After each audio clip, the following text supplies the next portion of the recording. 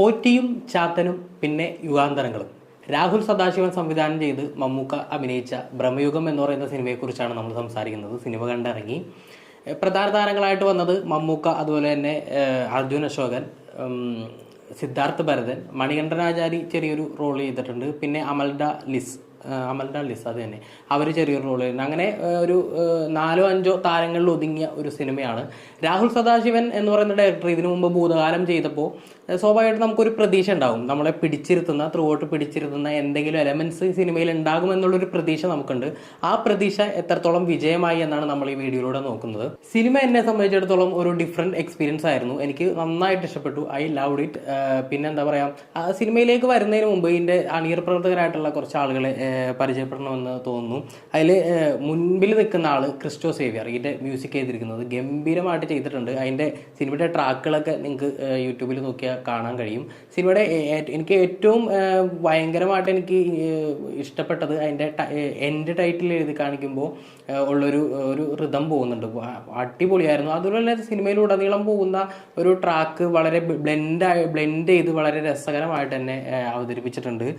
Editing Shefi Muhammad, അതുപോലെ തന്നെ cinematography ചെയ്തിരിക്കുന്നത് ഷെഹ്നാബ് ജലീൽ. പിന്നെ ഇതിന്റെ ആർട്ട് ഡിപ്പാർട്ട്മെന്റ് കൈകാര്യം ചെയ്തിരിക്കുന്ന ആർട്ട് ഡയറക്ടറിന്റെ പേര് ഞാൻ നോക്കിയിട്ട് എനിക്ക് കിട്ടിയില്ല. അയാൾക്കൊരു സല്യൂട്ട് കൊടുക്കേണ്ടിയിരിക്കുന്നു. കാരണം ആ ഒരു കാലഘട്ടവും ആ ഒരു മനയും അതിൻ്റെ ഉള്ളിലുള്ള കുറേ കാര്യങ്ങളൊക്കെ അതൊക്കെ സെറ്റ് ചെയ്യാന്ന് പറഞ്ഞു കഴിഞ്ഞാൽ അൺബിലീവബിൾ, നല്ല ഗംഭീരമായിട്ട് തന്നെ ചെയ്തിട്ടുണ്ട്. ആളുടെ പേര് ഞാൻ നോക്കിയിട്ട് കിട്ടിയില്ല. അത് അറിയാവുന്നവർ താഴെ കമന്റിൽ രേഖപ്പെടുത്തുന്നത് നന്നായിരിക്കും.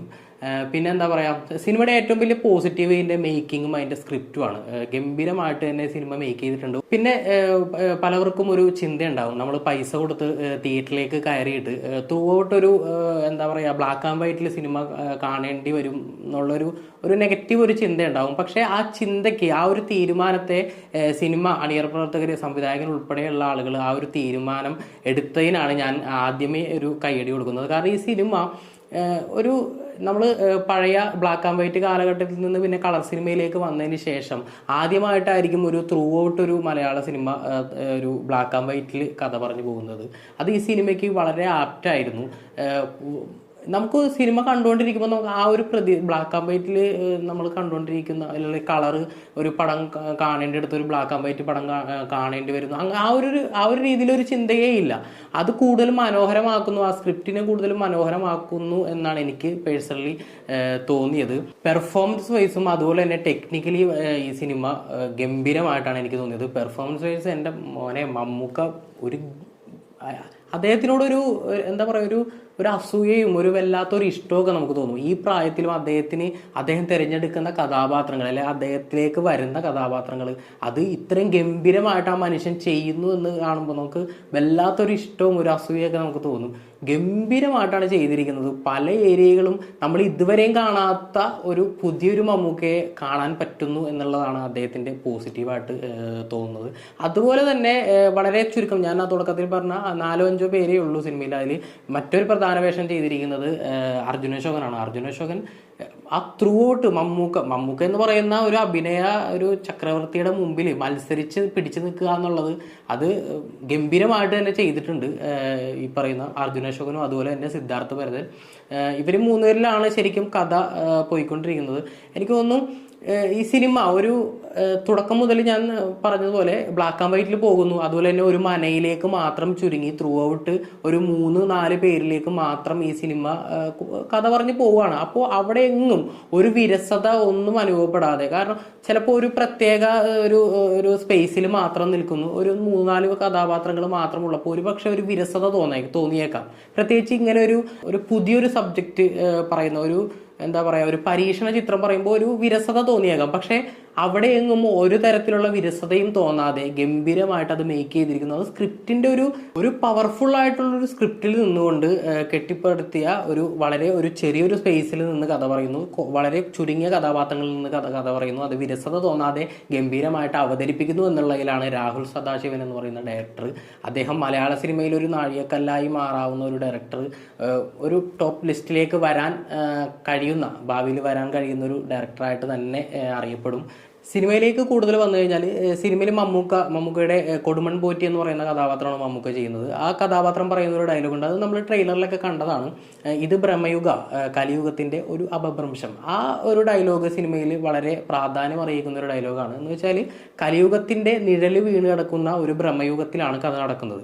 ആ ബ്രഹ്മയുഗത്തിൽ ഒരു പ്രത്യേക സ്പേസിൽ, കലിയുഗം എന്ന് പറയുമ്പോൾ അറിയാലോ, ഇരുണ്ട് മൂടിയ കറുത്ത ഒരു അന്തരീക്ഷം നിലനിൽക്കുന്ന ആ ഒരു നെഗറ്റീവ് എനർജി നിൽക്കുന്ന ഒരു സംഭവമാണ് കലിയുഗം. അപ്പോൾ അതിൻ്റെ ഒരു നിഴൽ വീണ് കിടക്കുന്ന ബ്രഹ്മയുഗത്തിലാണ് ഇവർ കഥ പറയുന്നത്. അപ്പോൾ അത്തരം ഒരു ബ്രഹ്മയുഗത്തിൽ മനയിലേക്ക് എത്തിപ്പെടുന്ന ഒരു ആളും അതിന് തുടർന്ന് അവിടെ നടക്കുന്ന സംഭവ വികാസങ്ങളൊക്കെയാണ് സിനിമയിൽ പറയുന്നത്.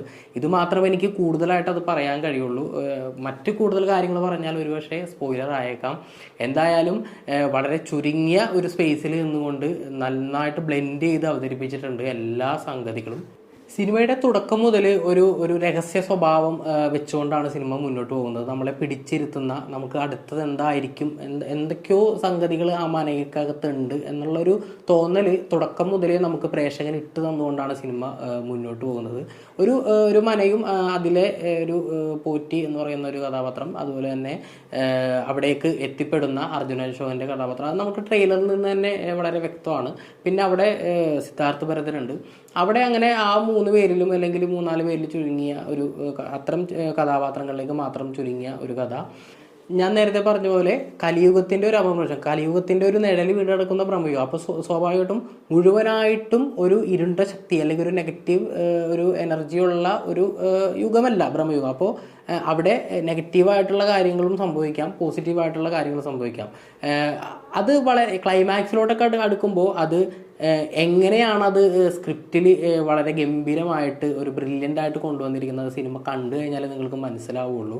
ഒരുപാട് ഹിഡൻ ആയിട്ടുള്ള കുറേ കാര്യങ്ങൾ ആ സിനിമയിൽ കാണിച്ചു പോകുന്നുണ്ട്. അത് ടെക്നിക്കലി അതുപോലെ തന്നെ പെർഫോമൻസ് വൈസ് ഗംഭീരമായിട്ട് ചെയ്തിട്ടുള്ള ഒരു സിനിമയാണ്. ഒരു പരീക്ഷണ ചിത്രമാണ്. ഒരുപക്ഷെ ഒരു വലിയൊരു കൊമേഴ്ഷ്യലി ഒരു എൻ്റർടൈനറൊന്നും പ്രതീക്ഷിച്ച് ആരും പോകണ്ട. ആ സിനിമ സ്വാഭാവികമായിട്ട് ട്രെയിലറൊക്കെ കണ്ടപ്പോൾ എല്ലാവർക്കും മനസ്സിലായിട്ടുണ്ടാവും. അത്തരം എല്ലാ പ്രേക്ഷകർക്കും ഒരു എൻ്റർടൈൻ ചെയ്യാനുള്ളൊരു സിനിമയായിട്ട് കാണേണ്ടതില്ല. പകരം ഒരു പരീക്ഷണ ചിത്രം കാണാനായിട്ട് തിയേറ്ററിലേക്ക് പോകാം. വീണ്ടും അടുത്തൊരു സിനിമയുടെ വിശേഷമായിട്ട് വരാം. Bye bye.